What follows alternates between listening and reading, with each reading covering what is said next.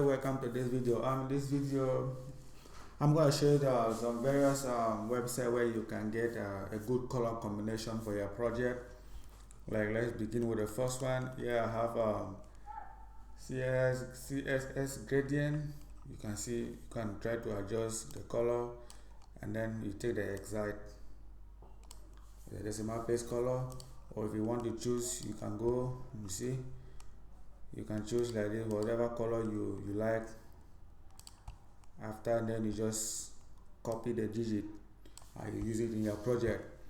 There are a lot of them. This is another one. Flag UI color, flaguicolor.com, and then you get this one, Playtable. So there are a lot of them, so you can, don't worry, I'm gonna post all the link down below, but this is my favorite that I always use because it's very easy and simple. So there's a lot of them here.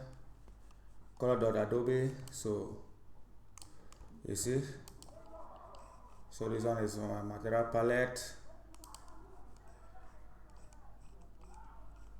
Grid UI. So it's a lot of them here. You can click.